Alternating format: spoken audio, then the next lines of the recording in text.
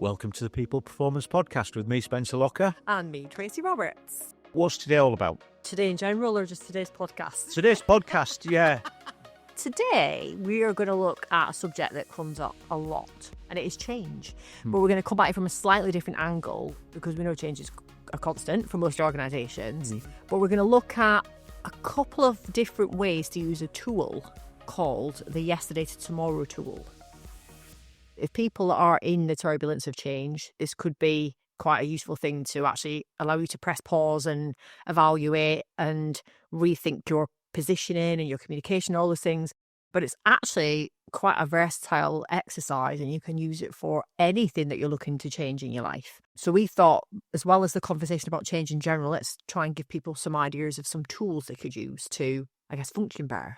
One of the things that I really like about this, one of the things that sort of captured my imagination, for want of a better expression, is when people are informed of a change, or when people decide to go on a change, or a change is forced on people. Yeah. I don't necessarily mean by an employer, but it might be by life or situations or whatever. Generally speaking, and I do mean this generally, we tend to have an emotional reaction to that level of change, and sometimes that can be quite extreme. So the point, the reason why I quite like this is it gives you the capacity to change an emotional situation into a rational situation. 100%. And when we start talking about rational situations, we've got a bit of a better chance of actually controlling it, getting something out of it. And again, as I said before, an emotional reaction, yes, not all emotional reactions are bad, but if it's not necessarily serving as well, then definitely a tool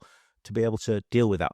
Yeah, and I guess it can work in lots of different ways. Quite often change is forced on us, or like you say, life changes, and quite often that emotional response means that we don't always get the best from that situation. But also quite often we don't get time to understand the emotional response. We kind of feel a certain way, but we haven't really put any thought into why that triggers us. So when we do work around adaptability blockers with people, we're talking to them around how they're built as a human and how certain things are just going to feel not right to them based on lots of different elements about their personality. But with something like this tool, I think it's a really great thing to understand where you've been to where you're going. And I guess even that where you've been to where you're going could actually bring a little bit of anxiety into the equation if it's, forced upon element. But if it is used preemptively, so you can use this exercise to actually put yourself in a good frame of mind for coming into a tough or an exciting situation.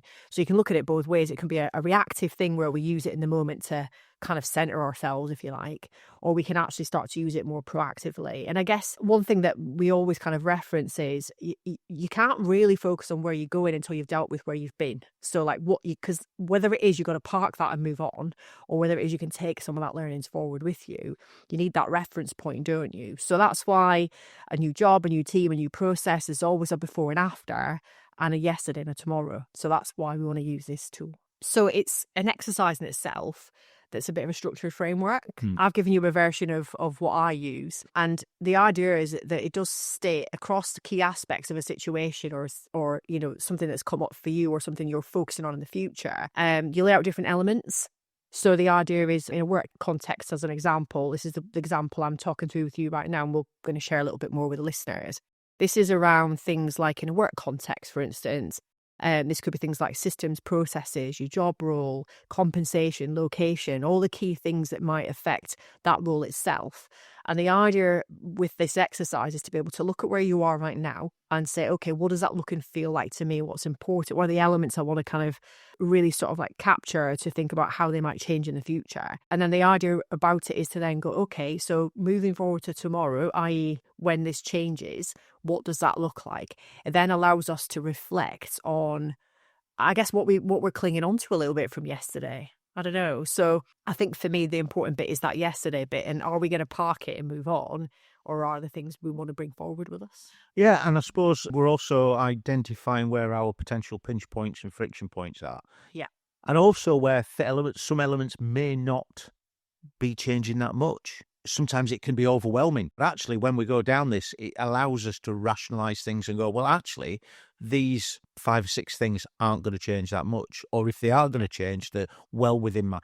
but actually identifying 3 or 4 things that are quite key and go, right, so I can put my energies into them.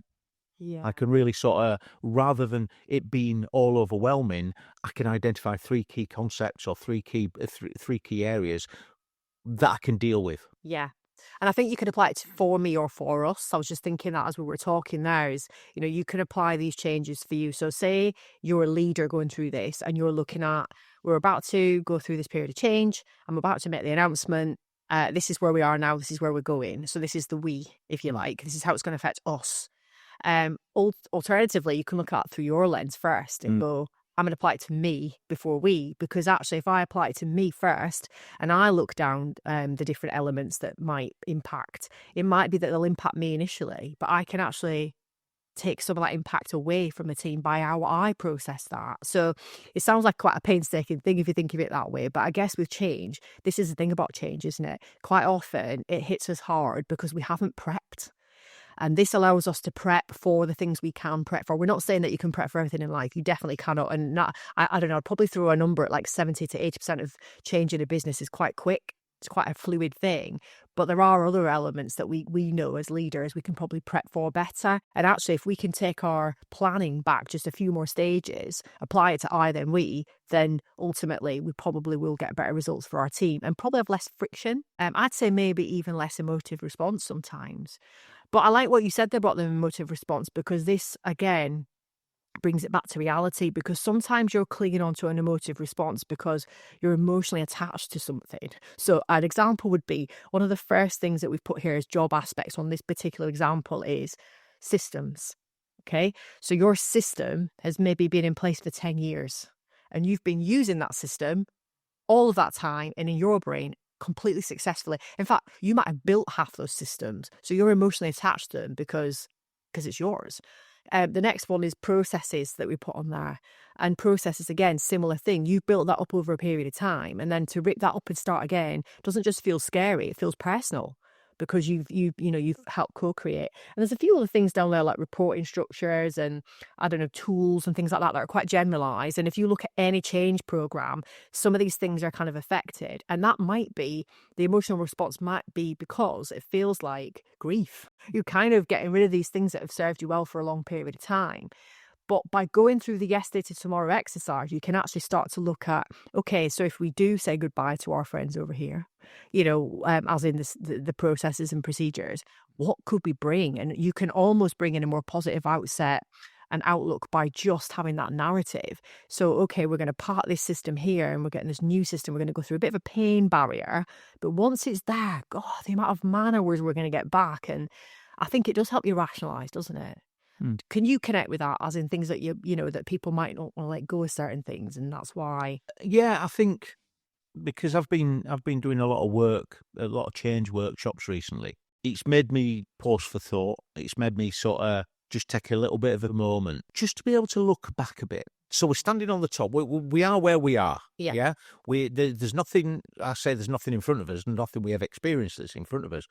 But when we turn around and look back, I firmly believe that the process of change is becoming more accepted.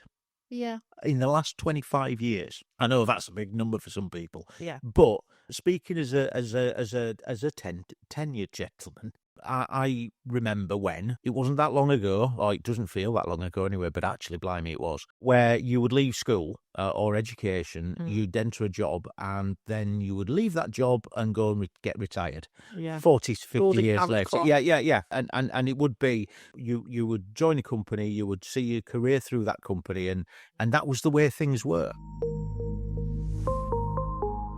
I was talking to my son yesterday, and he was talking about something that happened. I mentioned something about something that happened in the past, where I was moved out of a barrack block and I moved into, singlies, we got moved into barrack quarters because they were redoing the barrack blocks. Okay. So we moved into flats, and I moved in these 2-bedroom flat with 2 other guys, and one of the guys, as he was moving in, he brought this computer in with him.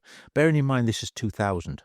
Okay. And I'm looking at him going, What are you going to do with that? What do you have a computer in your room for? I mean, what are you going to just do office work on? And in the concept of what we've got and what we've enjoyed over the last 25 years really didn't sort of hit me. You wouldn't even imagine a home without a computer now. No, exactly. So we've had sort of the last 25 years to get used to it, which is great for the people who know no better, or know different rather. But for some people, they still struggle with change because it's, well, why are we doing this? Why are we doing that? And I think that this particular tool is useful to, as you said, with the rationalization. So when you're sat there thinking, well, what's going to be different? Well, you decide what's going to be different. And I guess it does help with that mindset piece. And I think also just for your communication. So if you're a leader and you've gone through the I and then you go to the we, how it's going to affect us, it will then help you based on the impact score you give it, which we'll get to in a moment. Yeah. It'll help you kind of work back from that and think, okay, so if the impact here is high, then how am I going to communicate this? Or how am I going to, use other tools I've got in my locker to make sure that this lands in the right way? And I think the thing about this is, we've got a really cool document that we use here at T2, but this is a really simple process that actually people can go through themselves. It literally is as simple as listing all the things that might be the job aspect or that the element that they're kind of considering as part of the change. So as an example on this particular systems, processes, tools, job roles, critical behaviours, which is a key one, mindset and attitudes, reporting structures, performance reviews, compensation and location. Now, these are all like very generalized things we can apply to change. Okay, so you'll note there that that's just a general thing. But whatever you're considering in terms of change or development or future focused planning, whatever it might be, you can make that list quite realistic to you. So I would say probably no more than 10 things, because then it gets a little bit kind of all pushed together and too much crossover. Yeah, but I think that, as you said, no more than 10 things. By using this, you can sort of trim it down to how you can sort of say, right, so I'm putting 12 to 15 things down. Actually, of those, 7 of them we're going to be able to deal with. So now I can ditch those off. They're not of no concern, but they are not the things we want to focus on. Absolutely. And there might be things that you're, overthinking in some regards. So by writing it down, putting pen to paper, they always say that, if you put things down in pen and paper, it kind of sticks. And I think for me, that really is something that's important to me. So taking a middle of a page and just write those 10 things in a line. The one side, so let's just say the left-hand side, you're going to write the yesterday. Okay. And in the right-hand side or left-hand side of the box, just write down what that entails. So for instance, for right now, what do your systems look like? Try and summarize it in a couple of sentences, small paragraph. If it goes on and on and on, that probably tells you why you need to trim your processes in the first place. But the idea is just try and generally describe how the system works at the moment. And I guess it'd be things like tools, if tools are in the equation. So from the yesterday perspective, what tools are we using? What's useful? What isn't useful? Okay. So you would continue to do that all the way down that column, the yesterday column. And then what you're then going to do is start looking at the tomorrow state. So you've written all those things in that column. You're going to then go to the other side of those job aspects and go, okay, here's the critical step. We're just going to describe generally, but we're also going to assess the impact as a consequence of that. So there's two columns essentially to that side. And the idea is you describe roughly what tomorrow might look like. Okay, so I'm going to pick a really, really tough one, reporting structure. Okay, so say we're going into a change period where we're going to change, there's going to be some redundancies, or there's going to be a reporting structure change, leadership changes, management buyout, all those things that you can consider in there in terms of change. Then you will describe roughly in the yesterday column what it looked like, and you've got to somehow summarize it in the tomorrow column. Then what you're going to do is you're then going to critically assess the impact of that change. And we're going to show people how to do that in a moment. Yeah. But a 0 basically means there's virtually no change, probably not really going to have much consequence. And a 5 indicates a fundamental transformational shift. Yeah. Now, if you're scoring something a 5, then it tells you straight away, as you said, you're going to prioritize what you're going to do with that information and how you can consider future focused planning. Because in that tomorrow column, also what you can consider is what you can do to mitigate the circumstances and the situation. And the score system is vital because it introduces our objectivity to things. It moves us away from our vague feelings. about the change and towards a more concrete analysis of things. So essentially, you're going to have to spend some time going through that process. And obviously for change management, this makes perfect sense, doesn't it? Because if you're, I don't know, one example I've written down here is a company merging two departments. Yeah, that's a really big complex change. Using yesterday to tomorrow, this can actually break down the impact, work out how the processes might change.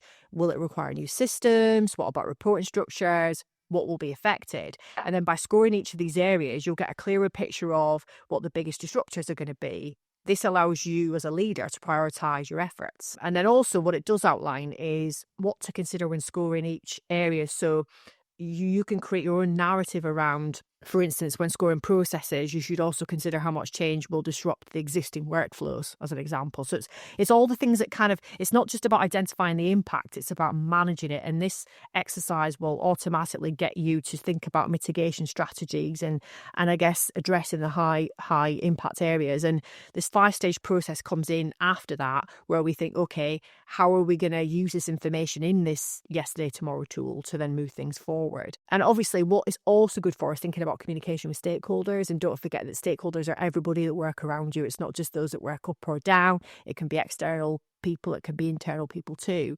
So it's a full life cycle approach. It does take some time. So to fill this in correctly, it's not a 2-minute job. It's a little bit of soul searching, like you said in the beginning, like what's my gut instinct telling me about this, but what are the facts? And actually also going to the tomorrow aspect, yes, there is a gut instinct element, but what is the reality of it? And actually sometimes we've made a mountain out of a molehill. Sometimes we've completely ignored the molehill, and when we get there, it's huge. So I guess from a change management perspective, it makes sense to people to fill this in. And also we can obviously put this across to personal growth as well. So an example of this could be, I want to apply for the next role in my organisation. There is a recruitment process coming up. I feel like I'm in a good position to apply for that role. So therefore, I need to think about the reality of that role. So if I was to be successful in that recruitment process, what might it look like? Well, you can apply the same concept here. You can go down the job aspect element, maybe even taking your job description out and kind of having a look through it and taking the key kind of characteristics and responsibilities out, doing a yesterday exercise and then doing a tomorrow exercise on a new role. But that can be quite a transformational thing, because one thing that I see a lot through my coaching, and I'm sure you see this too, is that the reality of a new role sucks sometimes. We have lots of operational middle line leaders who are on the floor, engaging in everything, master of all trades, getting in and talking, and then all of a sudden they're stuck in an office to strategically think. And they're a subject matter expert all of a sudden, and there's all these changes. And if we haven't thought about what it's not just the responsibilities that change, it's your processes and procedures and your relationships and even your genius. So like, you might move to that next stage up because it's natural to you, and you get the next pay band and you get better pension and all these great things. But what you didn't consider was, I don't know, the supporting structure around you. Going into that subject matter expertise column, there's less supporting, enabling people around you.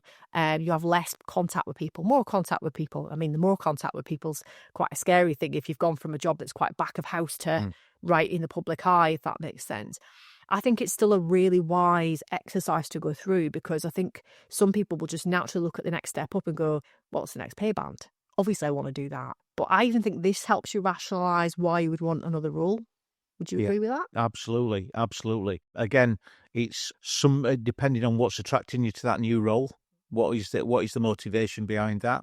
This can give you a little bit of a reality check. Yeah. A little bit of I suppose a consideration of, okay, this is what I'm going to get out of it, but inputs and outputs. Yeah, this is what am I going to? What are the requirements going to be? Yeah, I think as a tool, very rational and very enlightening, I suppose. And I think, with the example that I shared with you today, this is something that I've helped a client come up with for their organisation. And what they've done is they've kind of done areas for change impact assessment. So they're assessing things on the scoring system, which is 1, no impact, no noticeable difference between yesterday and tomorrow. And then 5, which is extreme impact, which is transformational change requiring complete rethinking of most aspects. Somewhere in the middle, moderate aspects, some changes may require training or support, but they've assessed their criteria and given it a slightly different wording based on the organisation or what's required. But then when they've come through to each section, so as an example, they've looked at processes. So one of the things that they've wrote in there to consider when scoring, because they've done this across many different departments, is how much will this change disrupt existing workflows? How many steps are needed? So they're even thinking about, are they adding steps, taking steps away? Will current processes become obsolete? Because that's a big thing, because it's not just it'll make it easier. That's taking someone's baby away. You've got to think of it like that. How complex are the necessary changes and how many people are impacted just in the processes element? And then they've taken the mindset, attitudes and beliefs, which is they've put as number 6 in theirs, is how aligned are the current mindsets to this upcoming change? So do they feel in their gut that actually people are expecting it? Are they going to be behind it? Is it something quite controversial? Is there likely to be resistance is one of the big words. And bearing in mind, we're doing this in all different departments, so we might see a different picture. How much communication and engagement is needed to shift mindsets? So we might establish in there that actually there is a little bit of a consideration in some departments that there might be some resistance. We might link that back to processes, by the way. We might go, oh, yeah, if we're going to remove someone's process, then that's maybe what's affecting their attitude.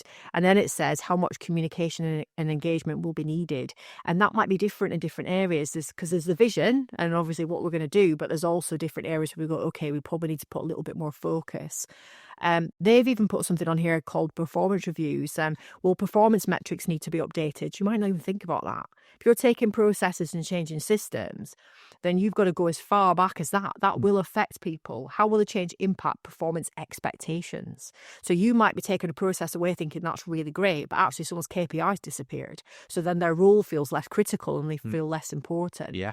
So we probably don't think of it in those terms, but it's a really key thing to consider, isn't it? And as you quite rightly said, then what they use that for is to prioritise how they transact with people, their messaging, their focus. And obviously that's critical when it comes to change, because if we get in front of that, then potentially we're. And the other thing about that tomorrow column is future focus planning. It takes you to a different space. It's not we have this, it's we're going to have that. So then we're thinking, how do we approach that in a slightly different way? Instead of going into it, tiptoeing in and thinking, right, we just need to see how this goes. We've actually really put ourselves in a future focused mindset of, this will be tough, we will be in drudgery, or this will be relatively simple. Let's make sure we push that up the banning line. And on that note, I think it's really quite sort of key to, I suppose, appreciate that people's perceptions of individual changes are different. Yeah. So if you are a leader and you've put together, let's say, a working group, we're going to put a yesterday, tomorrow assessment together. Yeah. It might be useful to compare and contrast, because Definitely. From you as a leader, you might sort of go, well, I don't anticipate any major problems here. And they might turn around and go, well, actually, we've sort of identified that this, well, how hard could it be? It could be. And that's sometimes because you're looking through your lens. Yeah, sure. You go, well, it'll affect my team in this way, but you're not thinking about how it affects something over there. Sure. Or the fact that you think I'm streamlining. So it's going to be easier for everyone, but you don't realise you're taking someone's KPIs away, or their purpose, if you like. Yeah. And then how that domino effect can actually affect the behaviours rather than just the impact of the change in itself. Sure. So I think and I guess going back to the personal exercise, I think one example I could give is someone considering going freelance. Yesterday is a stable 9-to-5 job. What did that look like? Tomorrow is the uncertainty, but freedom of self-employment. So that allows you a real critical, I guess, stable view on what tomorrow might look like, but then looking at the impact on certain elements of, so I guess something I put down there, income would be something, daily routine, behaviours, someone moving from city to city for another job, their existing support network and what that might look like moving forward. Tomorrow is a new environment, new connections, new routines. For some people, that's really energising. For other people, they need to really critically think about the impact that's going to have on them, because they might be exceptionally good at this job, but when they move to a new city or a new group or a new team, they know how they're built personally and think, I'm not someone who naturally just slots into a team and gets to know people quickly. I'm someone who takes a little bit of a time to warm up to people. So maybe what I need to do is proactively put something in place for tomorrow that says, how do I reach out in advance? How do I acknowledge the fact that's probably going to be the toughest part of the job? It's the easy bit. That's the hard bit, And I think by methodically comparing these states, we can anticipate challenges, identify ideas, and then it can really minimize the anxiety of those big life changes. And I've definitely seen that this can be a really big thing for teams as well. It might be that you've done the assessment yourself as a leader, and then you're going to go and manage the change. But then as you said, your individual teams will all have a slightly different take on what that looks like. But one of the things that could be useful is actually to do a yesterday to tomorrow exercise with the team. So to get them together to introduce, you've already gone through your process, so your communication is clear and you know the answers to all those elements in the column. But when you land that information, you still know it's going to be a bit tricky for people to take on. So get your team to go through the yesterday to tomorrow exercise. And then what you'll find is you get a little bit more buy-in, because one of the things we do know from another model we use, the Lippitt-Noster model, is consensus is going to help us get success. And even if some of that stuff they can't affect because the decisions have already been made, what we can affect is how we deal with it and how we discuss. Yeah. So do you think, I don't know, I feel like that could be quite a useful exercise for sub-teams. I do. I fully concur there. I think that what you're doing is you're actually going to be addressing potential friction points just by actually going through the assessment itself. As you sort of alluded to then, people like to be on board with change and they like to be part of change. And one of the things that can create resistance is if change is done to them. Yeah. And as we know with the Lippitt-Noster model, I think it's item 2 is set consensus. Absolutely. It's if we agree with the change, do we agree with the change? Well, yeah, I've had some say in it. I've been asked questions. I've been involved in the change or the consideration of the change. So yeah, I think he's quite powerful. It is, and I think, we've got to understand that we talk about reflection all the time here. We reflect on reflections here, but reflection is so important. We can rush into doing things without fully understanding what we're leaving behind or what we're moving towards. So this is a key thing. I would even go a stage further and say, like, if you were going to be an interviewer and you're trying to help someone understand the realities of the role they might be applying for and stuff, you could almost, in your brain, before you ask questions, go through this exercise and think, right, I can think of working with a couple of public sector clients that we've got at the minute talking about promotion processes, and actually how can you proactively ask a question that's going to point towards the fact that things are going to change a bit, and when it does happen, what are you going to do about that? And it's not trying to catch people, it's actually trying to guide them in the right way to say, okay, here's the reality at the moment. You're an operational leader and you're out there and you can make things happen overnight, and you also have your hands in everything, and we're asking you to step out, be strategic, take a helicopter view, slow down, close the door from time to time, have a strategic mindset, I don't know, mobilize more people while you sit there. That is tricky. That's probably the one bit of getting that promotion that you don't expect. But maybe some of those interviewing techniques and questions allude to something like, maybe not as quite as direct as that, but how can you guide people in an interview to really think it through? Or maybe even the interview prep. If you were going for an interview or going through a selection process, wouldn't it be really cool if your leads, your HR leads, and the people who are kind of supporting you through this process actually give you this as an idea, saying, why don't you try going through a yesterday to tomorrow exercise to maybe outline maybe where some of your tricky bits might pop out for you? Because then when it comes to interview, then actually when you get asked a question, you've already thought about it. I think that's a really good thing to consider. For me, it's quite a powerful thing because, as you know, we use psychometric tools here at T2.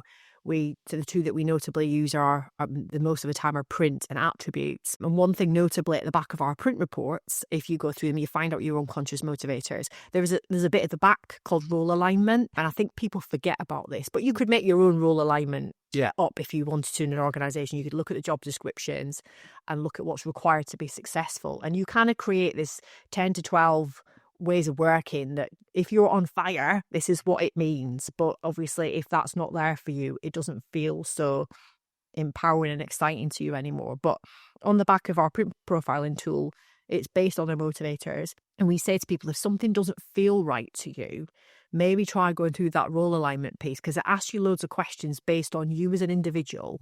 And if these things are showing up in abundance in your job, you are essentially working, in inverted commas, in your genius a lot, which means you get to unlock all the best bits of you, do all the bits that you find sexy and fun. And obviously, if they're a little bit further down, like a 1 or a 2 in a score, then you're obviously not tapping into that enough. I would almost say that this is quite a similar thing. You're going to go through the process and think, okay, so if some of these elements are not present for me and things change drastically, what's going to affect my personality quickest? So I don't know, as an argument, I'm trying to think of an example, but there's more red tape.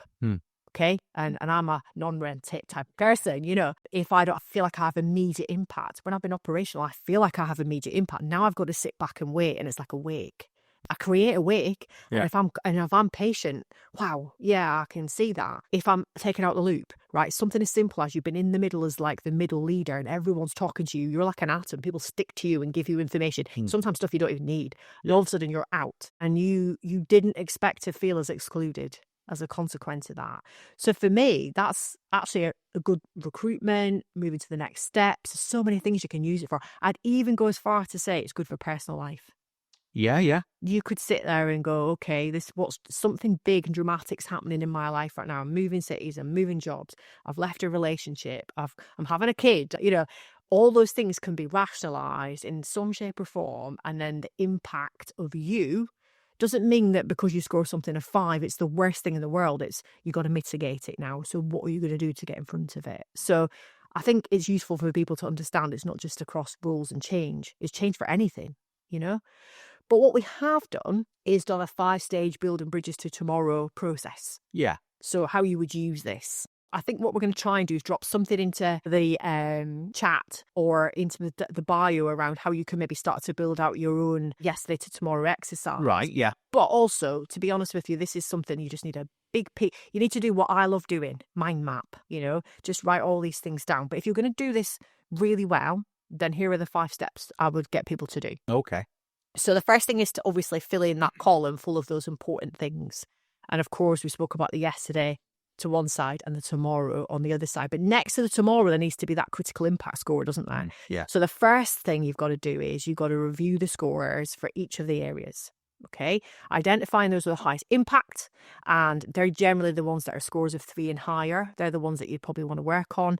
Look for any patterns, clusters, or high scores across related areas. So as we said there might be 2 elements on there that one feeds the other, like the behavioural one and the processes one is one that kind of works together. They can reveal systemic challenges or dependencies. And then what you need to do then is prioritise the areas for action based on the severity of their impact and their importance to the project's success. So that could be for you or for the team. And then the second thing is to then take that and apply mitigation strategies. So within your notes or within the elements that you've outlined, you want to add another column for mitigation strategies. For each high impact area, brainstorm specific actions to reduce or manage the impact. So that could be you personally thinking about it and going through a process in your head, or for your team going through that as well. Consider any training, communication, process redesign, system modifications, or anything else you think might be relevant. And then assign ownership. Now, this is a really important one. Assign ownership and timeframes for each of those strategies, because we can acknowledge them. It's a difference between being open-minded and actually curious and making decisions. Yeah. And then the third thing is to integrate within your change management plan. So if this is a change management strategy plan that you're working on, then you can take that and put that into your Gantt chart or whatever process it is that you're following, project management document, to really start to put that into I would even say as well, the change management plan doesn't just include a plan in itself. It's sometimes the meetings, the conversations, the prepping for change, if you like. Incorporate them into your overall change management plan. Align the actions with other activities such as communication, sponsorship, training, and ensure that resources are allocated to support the implementation of them. So again, if you've identified there's a problem, then you're going to engage the right people. You're going to make sure people have the right responsibility levels. And obviously, you're going to make sure that sponsorship and training are two big things there, aren't they? Like, who's going to help you change the narrative on that or change the way we do things? And sometimes we've got to acknowledge that training needs to take place. But one of the things we do know from the Lippitt-Noster model, skills and resources, that's often the thing that puts people in a bad place. So if we can get ahead of that, even if we don't have everything in black and white ready to go, we know where we're going to go with it. Then when we talk about it with someone, we go, we thought of that, and this is what's happening. And makes a massive difference to be prepared, doesn't it? Oh, very much so, yeah. And then number 4 is probably one of the key ones, communicate and engage the right stakeholders. So once you've got the results, share this with key stakeholders and explain the rationale behind the scores. And maybe, as you said, take all the departments together with their scores and compare and contrast, because there might be something that everyone's struggling with, that actually then you're going to create a mitigation strategy here and they've already got one over there that might work. So this is another thing. And this will hopefully involve all the stakeholders in the implementation of the plans where appropriate. And it means that everybody's talking the same language. Because just because it doesn't affect your department directly doesn't mean that you can't have a say in what's going on or even help someone else. And then the last thing is the thing that we get wrong all the time: monitor and adjust. We do this great exercise in the beginning and we think this is fantastic. We know exactly where we are. 3 months in, it's a document that we do no longer even look at. By month 3 of a 12-month plan, things have changed. You might have found something at the bottom that was a 0 then, is now a 5 out of 5, and other things have been dealt with, so they're a 0. Does that make sense? So you've got to make sure that you keep this going on throughout the project life cycle, and be prepared to adjust the strategies, because that is what might be needed. And sometimes feedback even just gives you that. It's not just on you to be sitting there and going, well, I've got to do a yesterday and tomorrow assessment. It may very well be that, yes, you do it on a regular basis, but what goes on and what goes wrong might not fit into that neat pattern. So you're expecting that feedback. You're expecting that those updates. Not that you have to prompt them, but you know what? I mean, linking back to psychological safety, if you're going through this and you've got high psychological safety, expect that knock on the door. We've got a problem with this. This is something that we anticipated, but not necessarily the strength or the depth of it. Yeah, I think that's all really valid. I think that's why it's important to revisit it. And I think actually something you said there just struck a chord with me. It's like trying to get people with you as an example. And as you're revisiting things and things are shifting, you might have had someone who's immediately on board, and then something shifts and they're not on board. And I would even argue that something like this exercise could be a good one for a leader to do with a member of their team. You know, talk them through the yesterday to tomorrow aspects, hear what they have to say about the impact on them, to then be able to think, now I can see what's missing for you. And it sounds like a bit of a laborious process, but it's not. It's a simple discussion of all these elements. And if you're doing some coaching and mentoring in your succession planning, this might be a tool that you use within that, not necessarily for the benefit of the change, because it might not be a serious. When I say serious change, obviously I don't mean Fucking hard change, yeah. But it's not for the purpose of the change. It's to future focus. These people who are your leaders of the future. Yeah. How do they deal with it? Are they on board with this? What's their take on it? What are they seeing? So it's a bit of that's good information, isn't it? I mean, if you talk it through, you get insights you might not have got by just going through that process. So I guess at the heart of it, this exercise, Yes is to Tomorrow, is a tool for both reflection and proactive planning. If we summarise it, forces us to look closely at the current situation, and that reflection obviously is super important as well, thinking about things we've learned in the past. I guess the other thing to add in there is that some of that yesterday can be the lessons we've learned on the way. So actually, when we do go to the tomorrow and the future focused, we've taken all that into consideration as well. And by defining yesterday, we gain valuable insights and systematically mapping out of tomorrow, scoring the impact, and then we're able to create a roadmap, so to speak. So I think for me, it empowers us from being reactive to proactive all the time, adaptive even. I think that's a good word. And then we're not feeling overwhelmed, as you said earlier, by change. We're feeling in control. Now, my observation is, and I'll just put my hat down on this, that majority of people leave it too late with change. They'll see it come in and they'll think they've dealt with most elements, but there'll always be something that bites us in the butt. And it's usually because we haven't taken the time to do this I'm not saying just this exercise, because lots of different ways you can do it, but this type of exercise.